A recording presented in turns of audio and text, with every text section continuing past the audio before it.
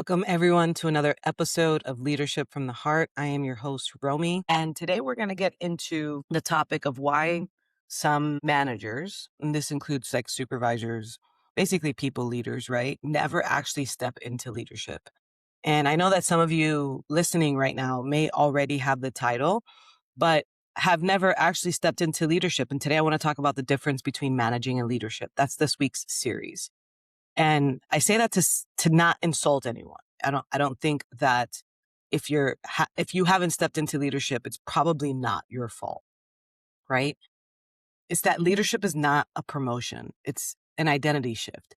And one of the biggest misconceptions in business is that leadership begins the moment that someone receives or is given the title or given the authority, but it doesn't, right? Authority can be given, but leadership is developed. And so this is why so many organizations everywhere are full of people who can direct the work, who can assign the task and manage performance, but they lack in the skillful way of how to build and create trust and develop people and navigate uncertainty and inspire this ownership thing that we keep talking about, you know? And like I said, today we'll be talking about the difference because they're not the same thing. And if you don't understand the difference, you can spend many years holding a leadership title while never actually stepping into leadership, you know? And the reason why people don't step into leadership is the reason why people do most things. It's that managing feels safer. It feels safer than leadership. Most people,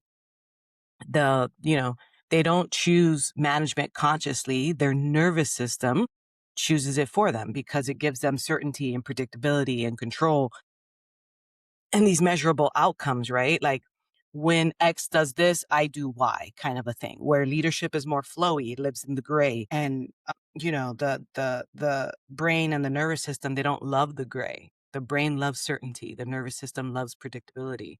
And management is able to provide both.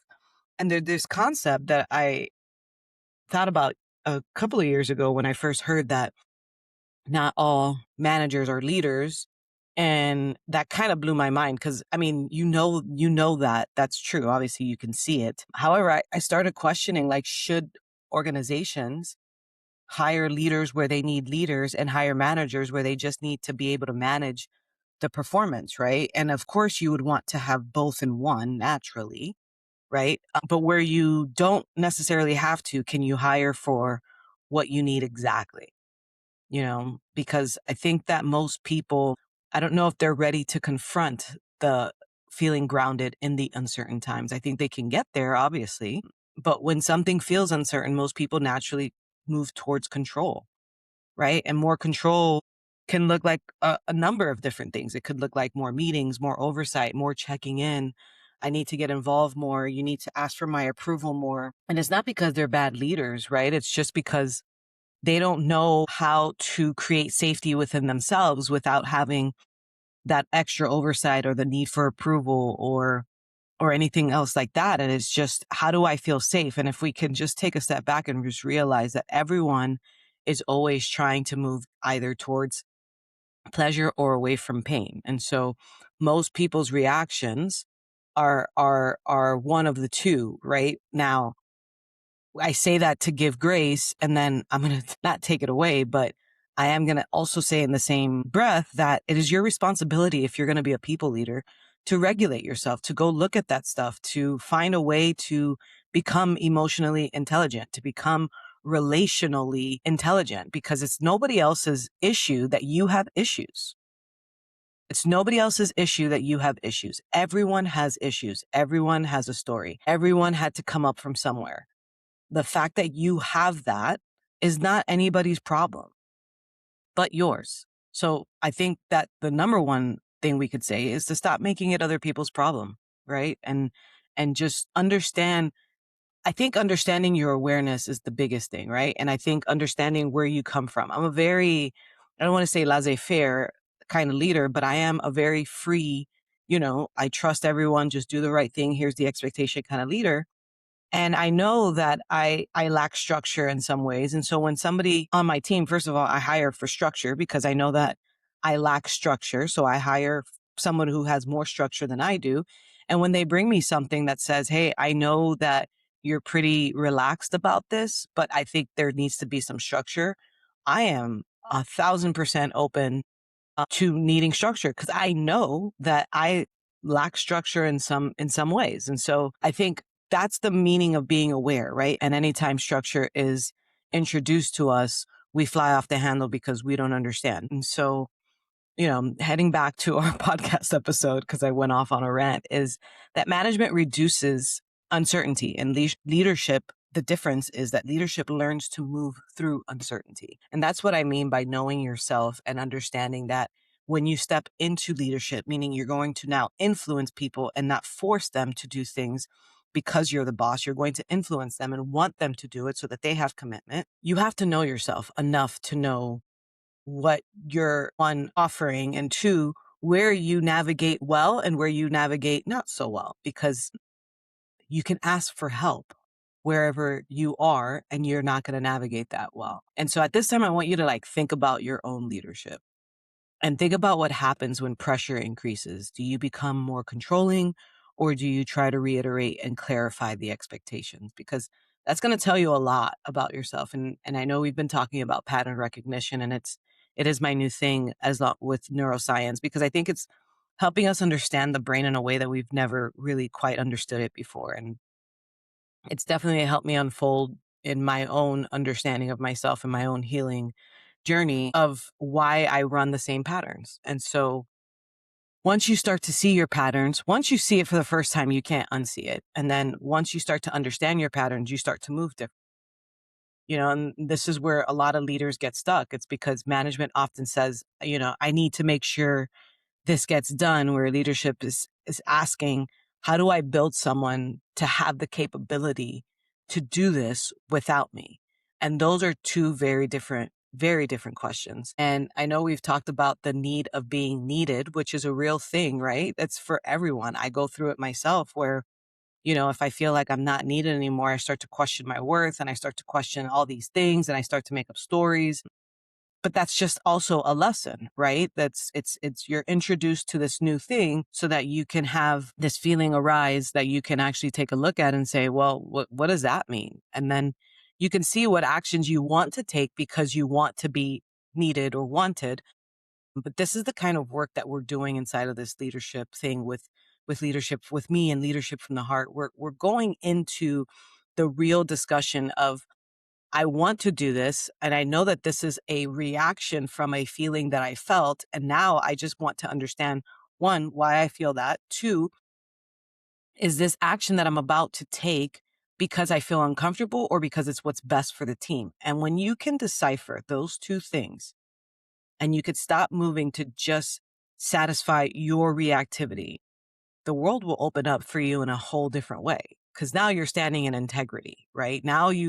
Once you've seen the pattern and you stand in integrity with it, then you're going to start moving for what's best for the business, for what's best for the team, for what's best for yourself as well. Because once you start to regulate, there are less and less things that can affect you. And then you can move towards the goal without all this extra baggage and extra things that you're carrying. And this is why healing yourself and going through this journey is such an important piece of all of life, but in leadership, because you can get to the goal much faster if you remove your excess baggage. And the excess baggage is the stuff that you carried that you learned was part of you, but is not actually part of you. We all have these unrealistic and no evidence fact-based fears that come up that we don't even question. And I found myself questioning them in the last year or so. And once I get to the bottom of where it came from, then I'm a whole different person because the fear is no longer there for the most part. Sometimes it has to be revisited many times, but I'm a different person because now I've processed, I've analyzed, I see, I felt, and now we're moving on, and now I can see myself in some areas leaving where I used to manage, where I used to create dependency. And now I want to create capacity. And now I want to create, now I don't want to be needed. Now I'm just like, how do I get you to be the one to do the things and then to help develop and things like that, The challenge is that trust, having someone trust you and you trusting someone, it feels risky. right? Where control feels very safe, but you can't scale control. You can only scale and trust. And eventually every leader will reach this point where they can no longer personally carry everything because, yeah, you've got promoted. Sure. You could hold obviously where you were, you had the capacity to hold it. But if you continue to try to do everything yourself or make it chaos, eventually it's become overwhelming. And then things start to break. And then all your balls are falling out of the air because you've only taught yourself how to carry the balls. You haven't taught the team how to do this themselves, you know? And if you're listening to this right now and you're realizing that you've been carrying more than you need to, or leading from control instead of from trust, then share this episode with another leader who's also navigating the same transition. These are the conversations that we need to continue having and start having in leadership in order for us to have this revolution that we're talking about, because what I've noticed is that leaders who tend to manage, right? They just with the way you do one thing is the way you do everything, and I'm a real big believer in that.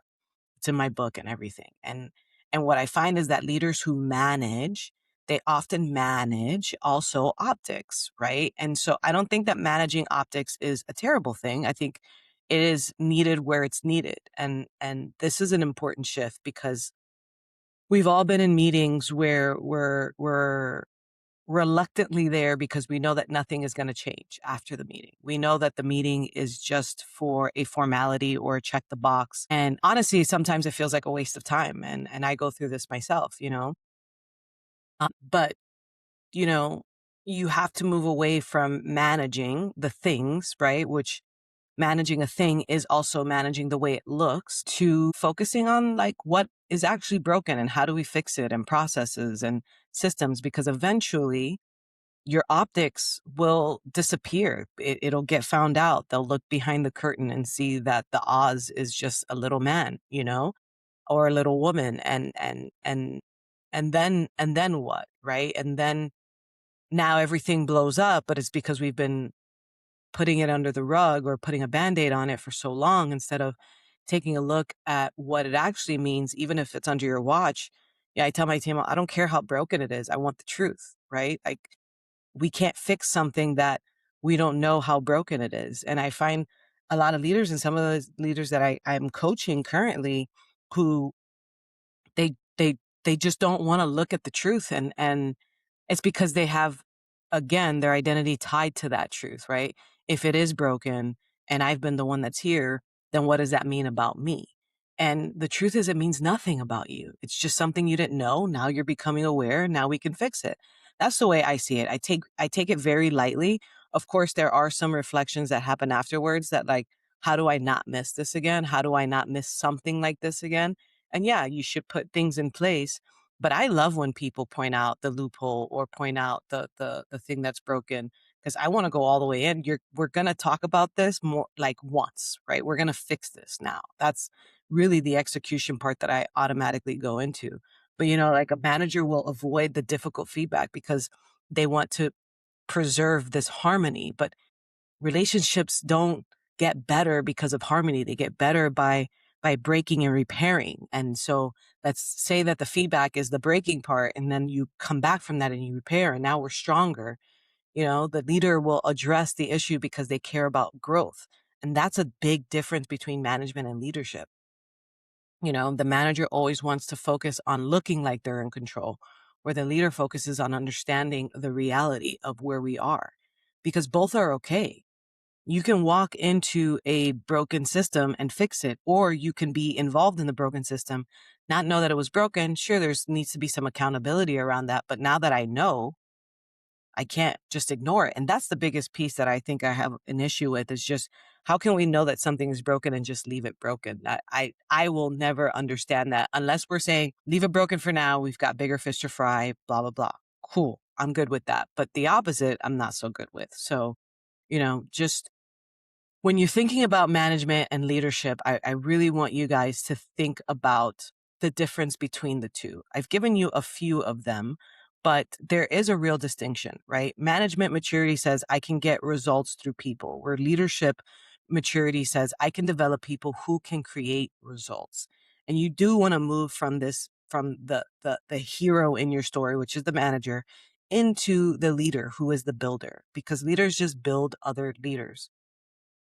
Leadership looks like emotional regulation, self-awareness, trust, having the courage to have conversations, taking accountability where needed, and it's needed a lot. And that's the part about leadership that people don't really get, which is why we're creating a community where people can come be themselves and say the thing and get the support that they may not get professionally, if we're being honest, right? Because leadership sometimes is very lonely.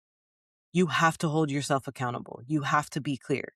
You have to like do all these things that you know you're doing. And sometimes you just need a place to like not be that. And that's why the leadership circle is going to be one of the biggest leadership communities I know, for leaders to just come and get refilled, because sometimes in organizations we don't get refilled. We're expected to carry, and it's okay. I think it's part of the reward and the, what comes with the job, if I'm being honest. But we do need a place. We need a place where we could come say the thing and get guidance and help it feel not so heavy, because relational intelligence is part of it. Uncertainty tolerance is part of it. I love that term, uncertainty tolerance, because the level of uncertainty that you're able to lead through, that you're able to self-regulate and manage within yourself, is going to dictate how far you can go. I want to talk a little bit about relational intelligence. Again, it's